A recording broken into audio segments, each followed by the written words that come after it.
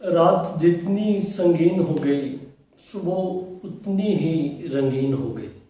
باپ اور بیٹے اور روح القدس کے نام میں آمین۔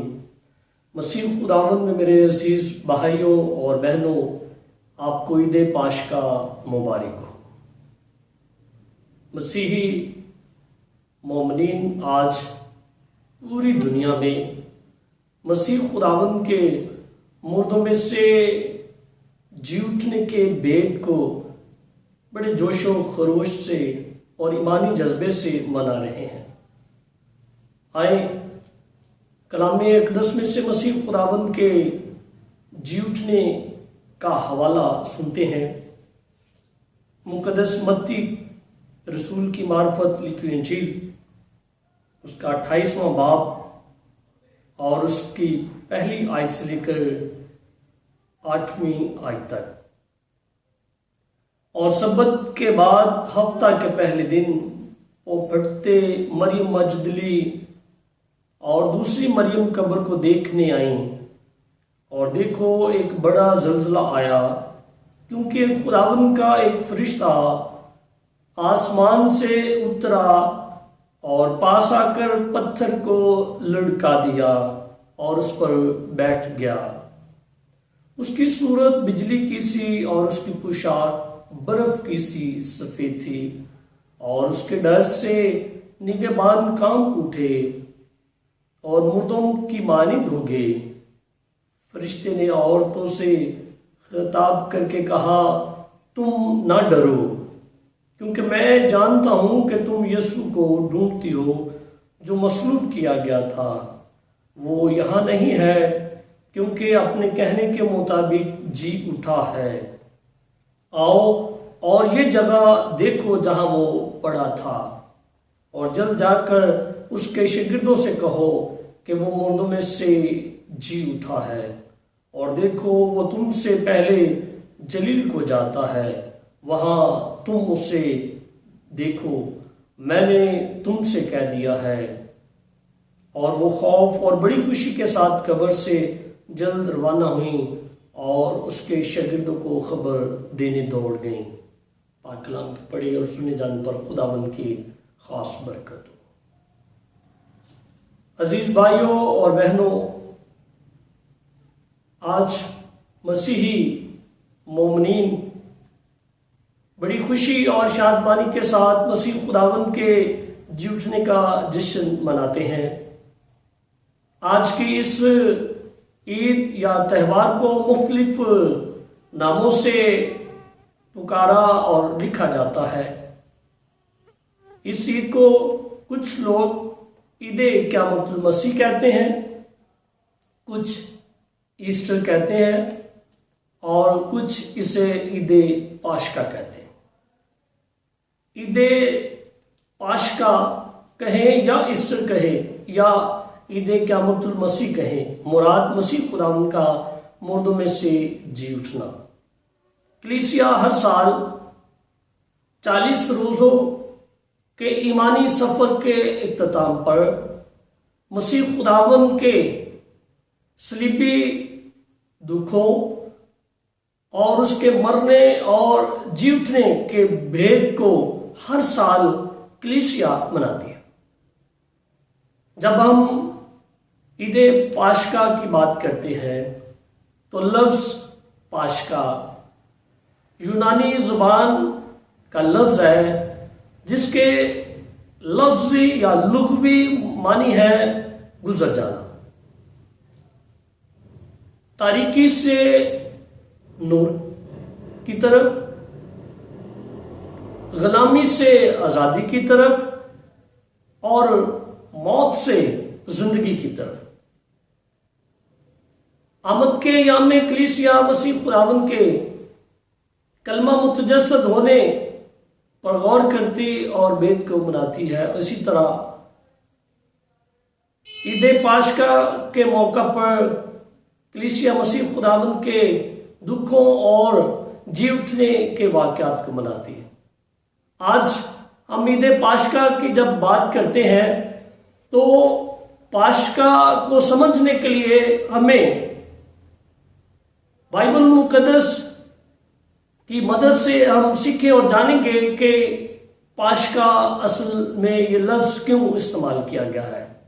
اگر ہم بائبل کا بغور مطالعہ کریں تو ہمیں ذکر ملتا ہے کہ خدا نے قوم بنی اسرائیل کو جو ملک مصر میں غلام تھے، اور جب وہ ملک مصر میں غلام تھے تو خدا نے انہیں اپنے بندہ بزرگ حضرت موسیٰ نبی کی معرفت رہائی بخشی۔ خروج کی کتاب اس کے پہلے باب کی 13ویں آیت کا اگر ہم مطالعہ کریں تو لکھا ہے، مصریوں نے بنی اسرائیل سے خدمت لینے میں سختی کی اور انہوں نے ان سے سخت محنت سے گارا اور اینٹ بنوا کر اور کھیت میں ہر قسم کی خدمت لے کر ان کی زندگی کو تلخ کیا۔ یہ ان کی تمام خدمت گزاری تھی جو وہ مار کر ان سے کرواتے تھے۔ یہ ان کے لیے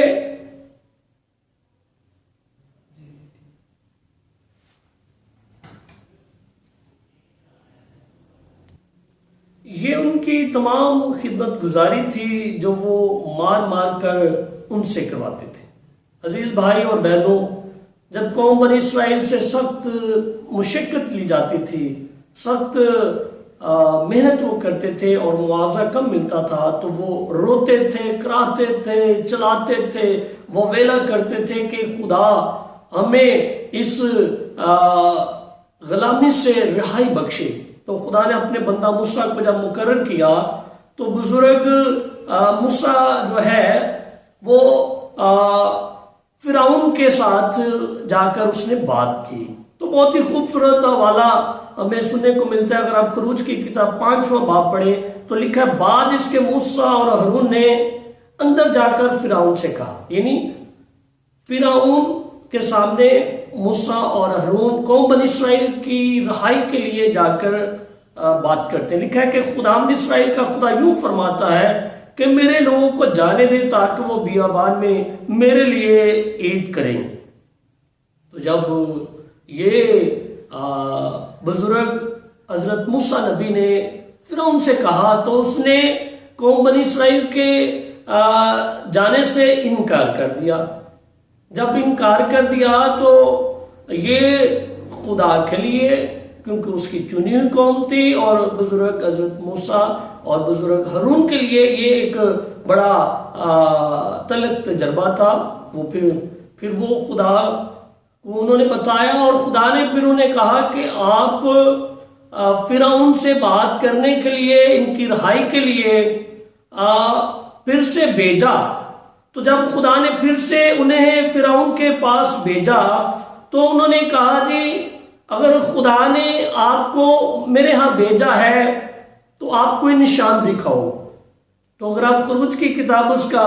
7واں باب اس کی 10ویں آیت پڑھیں تو لکھا ہے، 9ویں آیت پڑھیں تو لکھا ہے کہ جب تم فرعون سے بات کرو اور وہ کہے مجھے کوئی اپنا نشان دکھاؤ تو ہارون سے کہنا کہ اپنا عصا لے کر فرعون کے سامنے پھینک دے، تب وہ سانپ بن جائے گا۔ جب جیسا خدا نے ان سے کہا تھا، ہارون نے اپنا فرعون اور اس کے درباریوں کے سامنے عصا پھینکا تو وہ سانپ بن گیا۔ تو یہ فرعون کے لیے کوئی پہل تو بڑا عجیب اور بڑا خوفناک اسے محسوس ہوا، لیکن اس نے اپنے سارے درباریوں کو، اپنے سارے جادوگروں کو، عملوں کو بلایا اور انہوں نے بھی بنا دیے، اور پھر ہارون کے عصا جو ہے وہ ان کے جادوگروں کے جو عصا تھے ان کو وہ کھا گیا۔ پھر بھی وہ نہ مانا، اور پھر خدا نے 10 افات بزرگ موسیٰ نبی نے انہیں نشان کے طور پر دکھائی دینے کے لیے کہیں تاکہ وہ مان جائیں۔ آپ غور کریں، پاک کلام میں لکھا ہے کہ خدا نے 10 آفات بھیجی، جن میں پہلی آفت پانی کا خون بن جانا، دوسری آفت مینڈک، مچھر، مکھیاں، مری، پھوڑے، اولے، ٹڈیاں، تاریکی، اور سب سے آخر پر 10ویں آفت پہلوٹوں کا مارا جانا تھا۔ وہی لفظ پاشکا جس کا میں نے شروع میں بیان کیا، اس کو اب یہاں پر ہم پھر غور کریں گے کہ خدا نے جب 10ویں آفت کی بات موسیٰ نبی نے فرعون سے کہی، اور وہ 10ویں آفت میں تھا کیا کہ خدا نے قوم بنی اسرائیل کو خاص طور پر تاکید کر کے کہا کہ تم یہ دن تمہارے لیے ایک یادگار ہوگا، تم اس سے گویا خدا کی بڑی عید مانو گے، تم اسے بڑی شادمانی کے ساتھ نسل در نسل ابدی فرض جان کر عید مناؤ گے۔ قوم بنی اسرائیل ہر سال عید فصح ملک مصر کی رہائی کی یاد میں شکر گزاری کے طور پر منایا کرتے تھے۔ اور یہ 10ویں آفت جو جب آئی تو اس میں تھا کہ خداوند کہتا ہے کہ میں جب مصریوں کے پہلوٹوں کو ماروں گا تو عبرانیوں کے گھروں پر جن کی دہلیز پر لہو کے نشان ہوں گے ان کو میں چھوڑتا جاؤں گا۔ اور یہ خداوند کی گزران یعنی پاس اوور، یعنی خدا عبرانیوں کے گھروں سے اوپر سے گزرتا اور مصریوں کے پہلوٹوں کو مارتا تھا۔ اور جب خدا نے یہ بات کہی تو یہ فرعون کے سامنے جب موسیٰ نے جا کر یہ بتایا تو پھر بھی وہ ماننے کے لیے تیار نہ تھا، لیکن جب یہ سارا واقعہ ہوا، قوم بنی اسرائیل نے اپنے گھروں کی دہلیز پر برے کے خون کے نشان لگائے، اور پھر یہ خدا کی طرف سے ان کے لیے ایک شکر گزاری تھی، اور یہ شکر گزاری خدا نے انہیں کہا تھا کہ ہر سال تم نے اسے نسل در نسل ابدی فرض جان کر عید منایا کرو گے۔ اور اس کے لیے ضروری تھا، خدا نے کہا کہ تمہارے لیے یہ عید سب سے بڑی عید ہوگی، اور اس میں کرنا کیا ہے کہ ہر خاندان جو ہے وہ نفری کے حساب سے ایک برا لے، برا جو ہے وہ بے داغ ہو اور بیڑوں میں سے ہو یا بکریوں میں سے ہو۔ پھر اس کے کھانے کا طریقہ بھی بتایا کہ آگ پر بنا ہوا ہو اور کمرے بندی ہوں، لاٹھیاں تمہارے ہاتھوں میں ہوں اور جوتیاں تمہارے پاؤں میں ہوں، کیونکہ یہ خداوند کی گزران ہے پاشکا، یہ خداوند کی گزران کہ جب خدا پھر گزرے گا تو عبرانیوں کو چھوڑتا جائے گا اور مصریوں کو مارتا جائے گا۔ تو جب ایسا ہی ہوا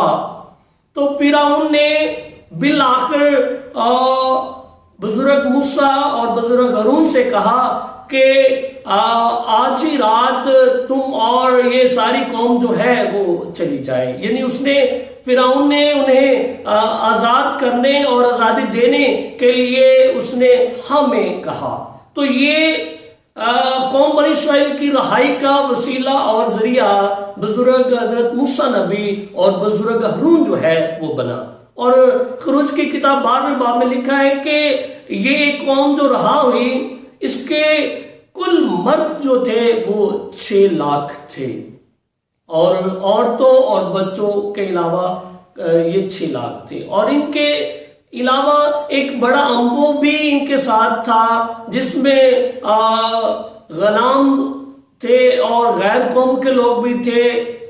جو وہاں سے رہا ہوئے۔ عزیز بھائی اور بہنوں، جیسے قوم بنی اسرائیل ملک کے مصر سے رہا ہوئی اور خدا نے ان کی رہائی کے لیے مصریوں کو مارا اور عبرانیوں کے اوپر سے گزرتا گیا پاس اوور، یعنی غلامی سے رہائی، زندگی موت سے زندگی اور طریقے سے روشنی، ایسے ہی ہمارا مسیح خداوند بھی ہماری خاطر جو ہے وہ قربان ہوا۔ اس بیت کو سمجھنے اور جاننے کے لیے بہت ضروری ہے کہ مسیح خداوند کا قربان ہونا بنیادی طور پر اگر ہم غور کریں تو تکوین کی کتاب میں ہے لکھا ہے کہ جب آدم اور حوا نے گناہ کیا تو خدا نے ان کے نافرمانی کی بابت انہیں باغ عدن سے نکال دیا، تو ان کی نجات کے لیے خدا نے پھر ایک وعدہ کیا کہ میں تیرے اور عورت کی نسل کے درمیان عداوت ڈالوں گا، وہ تیرے سر کو کچلے گی اور تو اس کی ایڑی کی طاق میں رہے گا۔ عزیز بھائیوں اور بہنوں، یہ خدا نے جو وعدہ کیا تھا گناہ کے خاتمے اور انسانیت کی پھر سے بحالی کے لیے، انبیاء کرام اس کے لیے بھرپور کوشش کرتے رہے، لیکن رہائی اور مخلصی کا وسیلہ نہ بنے۔ پھر خدا نے اپنے اکلوتے بیٹے کو اس دنیا میں بھیجا تاکہ وہ بنی نوع انسان کے لیے قربان ہو، تاکہ بنی نوع انسان جو ہے وہ نجات پائے۔ تو میرا اور آپ کا منجی خداوند یسوع المسیح انسان بن کر آیا، اور اس نے اپنے زمینی سفر میں بہت سارے لوگوں کو بیماریوں سے اچھا کیا، لنگڑوں کو چلایا، مردوں کو زندہ کیا، اور اس نے دکھ اٹھانے سے پہلے 3 مرتبہ پیشین گوئی یہاں کی کہ تم ابن انسان گنہگاروں کے حوالے کیا جائے گا اور وہ اسے مصلوب کریں گے اور وہ تیسرے دن مردوں میں سے جی اٹھے گا۔ تو عزیز بھائیوں اور بہنوں، مسیح خداوند کا قربان ہونا یہ ایک بہت بڑا بید ہے جسے ایمان کی روح سے دیکھا اور جانا اور پرکھا جاتا ہے۔ مسیح خداوند کا قربان ہونا باغ عدن میں جو خدا نے وعدہ کیا تھا اس وعدے کی تکمیل ہے کہ میں تیرے اور عورت کے درمیان عداوت ڈالوں گا، وہ تیرے سر کو کچلے گی اور تو اس کی ایڑی کی طاق میں رہے گا۔ اس بات کو سمجھنے کے لیے ہم غور کرتے ہیں کہ جب یہ کہا گیا تو مسیح خداوند کو ابلیس جو ہے وہ طرح طرح سے آزماتا رہا کہ کسی نہ کسی طرح سے وہ اس بید کی تکمیل کے لیے جو ہے وہ کہیں پر بھی انکار کر دے۔ اور بڑے خوبصورت بات یہ ہے کہ ابلیس جب مسیح خدا روح سے بیابان میں گیا تو 3 آزمائشیں آئیں، جن میں ایک آزمائش یہ تھی کہ ہیکل کے کنگرے پر لے کر گیا اور کہا کہ تو اپنے آپ کو گرا دے، تیرے باپ کے فرشتے تجھے اپنے ہاتھوں پر اٹھا لیں گے تو تاکہ تیرے پاؤں کو پتھر سے چوٹ نہ لگ جائے۔ تو دیکھیں بڑی حیران کن بات ہے کہ ابلیس اس کے گرنے کی بات کر رہا ہے اور ساتھ یہ بتا رہا ہے تاکہ تیرے پاؤں کو چوٹ نہ لگ جائے۔ غور کریں، بندہ اوپر سے گرے تو کیا صرف اس کے پاؤں کو چوٹ لگے گی؟ ہرگز نہیں۔ یہ تو بڑا عجیب سا منطق ہے کہ بندہ گرے اور بات صرف یہ کہی جائے کہ تیرے پاؤں کو چوٹ نہ لگ جائے۔ ایکچوئل ابلیس جانتا ہے اس وعدہ کو جو خدا نے کیا تھا کہ وہ تیرے سر کو کچلے گی اور تو اس کی ایڑی کی طاق میں رہے گا۔ یعنی جب پاؤں کی بات کرتا ہے ابلیس تو اس سے ظاہری مطلب یہ ہے کہ وہ نہیں چاہتا کہ خداوند یسوع مسیح خدا کا بیٹا جو ہے وہ اپنے باپ کی بات جو اس نے کہی ہے اس کی تکمیل تک پہنچے۔ اس کی تکمیل تک پہنچنے میں رکاوٹ کے لیے 3 آزمائشیں جو ہیں وہ لے کر آتا ہے تاکہ مسیح خدا انکار کر دیں، لیکن مسیح خدا نے کہیں پر بھی انکار نہ کیا، بلکہ لکھا ہے کہ جب عید فصح کے موقع پر اپنے رسولوں کے ساتھ آخری فصح کھایا تو آخری کھانا کھانے کے بعد مسیح خدا باغ گتسمنی میں چلا گیا اور وہاں پر بھی ابلیس نے اسے کہا، بہت طرح سے اسے آزمائشیں اور خوف جو ہے اس پر طاری کیا، لیکن مسیح خدا نے کہا ہے باپ ہو سکے تو یہ پیالہ مجھ سے ٹل جائے لیکن میری مرضی نہیں بلکہ تیری مرضی پوری ہو۔ یعنی جو وعدہ تکوین کی کتاب میں خدا نے کیا اس وعدہ کی تکمیل کے لیے خدا کا بیٹا خدا یسوع مسیح ہمیں جواب دیتا ہے، اور یہ ہمارے لیے بڑی خوش آئند بات ہے کہ ہمارا مسیحا ہمارے لیے قربان ہوتا ہے، اور اس کی صلیبی قربانی جس کا ہم ایمانی سفر 40 روزوں کے دوران ہم نے کیا، اس کے دکھوں پر ہم نے غور کیا، آخرکار ہم نے اس کے پکڑوائے جانے اور اس پر فتویٰ جاری کیا جانا اور صلیب پر قربان ہونے کے متعلق ہم نے سارے بیدوں پر دھیان و گیان کیا ہے۔ اور آج ہم دکھوں پر نہیں بلکہ دکھوں کے بعد مسیح خداوند کے جی اٹھنے کے بید پر دھیان و گیان کرتے ہیں۔ تو عزیز بھائیوں اور بہنوں، جب مسیح خداوند قربان ہوا تو بزرگ موسیٰ تو ایک قوم کے لیے قربان ہوا، بزرگ موسیٰ ایک قوم کی رہائی کا وسیلہ اور ذریعہ بنا، جبکہ مسیح خداوند ساری انسانیت کے لیے، بڑی نوع انسان کے لیے، کائنات کی ہر ایک مخلوق کے لیے جو ہے وہ قربان ہوا، اور یہ ساری کائنات کے لیے بڑی خوشی کی بڑی خوشی کا یہ عمل اور یہ بڑی خوشی کی بات ہے۔ تو عزیز بھائیوں اور بہنوں، مسیح خداوند کا جی اٹھنا جو ہے ہمارے لیے ایک بہت بڑا بید ہے، لیکن اس کو بعض اوقات ان لوگوں کے لیے جو ایمان میں کمزور یا جو ایمان نہیں رکھتے ان کے لیے سمجھنا بہت مشکل ہے، لیکن ہم مسیحوں کے لیے اس کو سمجھنا اتنا مشکل نہیں ہے۔ اس کے لیے اگر ہم غور کریں تو جو آج میں نے پہلے شروع میں حوالہ پڑھا مقدس متی کی انجیل میں سے، وہ حوالہ ہماری بڑی مدد اور رہنمائی کرتا ہے کہ مسیح خداوند کی قبر پر تیسرے روز جب خواتین جاتی ہیں تو لکھا ہے کلام میں کہ خواتین نے دیکھا کہ قبر سے پتھر ہٹا ہوا تھا، اور جب وہ فرشتہ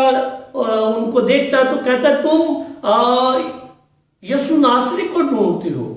وہ یہاں نہیں ہے، بلکہ اپنے کہنے کے موافق جی اٹھا۔ مسیح خدا نے اپنے جی اٹھنے کے متعلق اذیت کی 3 پیشین گوئیوں میں بات واضح کر دی تھی، اور ہیکل کی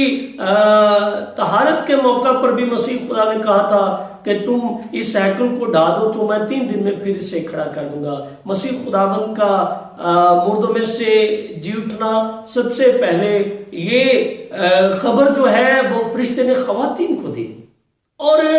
اس کے جی اٹھنے کی جب ہم بات کرتے ہیں تو بائبل مقدس میں اور بھی کئی واقعات ہیں۔ اگر ہم غور کریں تو ملوک کی پہلی کتاب اس کے 17 باب کی 21ویں آیت میں ہمیں سارپت کے بیوہ کے بیٹے کے زندہ ہونے کا ذکر ملتا ہے۔ پھر اگر ہم عہد جدید میں مقدس متی کی انجیل 9ویں باب میں دیکھیں تو ہمیں یائر کی بیٹی کے جی اٹھنے کا ذکر ملتا ہے، اور مقدس لوکا کی انجیل اس کے 7ویں باب میں نائن کی بیوہ کے بیٹے کا زندہ ہونے کا ہمیں ذکر ملتا ہے، یا مقدس یونا کی انجیل اس کے 11ویں باب میں لازر کے زندہ ہونے کا واقعہ ملتا ہے۔ لیکن عزیز بھائیوں اور بہنوں، ان کا جی اٹھنا اور مسیح خداوند کا جی اٹھنا بالکل منفرد ہے، بالکل فرق ہے، کیونکہ ان کا جی اٹھنا یہ خود سے نہیں بلکہ یہ سارپت کی بیوہ کے بیٹے کا زندہ ہونا الیاس نبی کے کہنے سے زندہ ہوا، اور خدا کے رحم اور خدا کے کرم سے زندہ ہوا، یا یار کی بیٹی کا زندہ ہونا، نائن کی بیوہ کے بیٹے کا زندہ ہونا،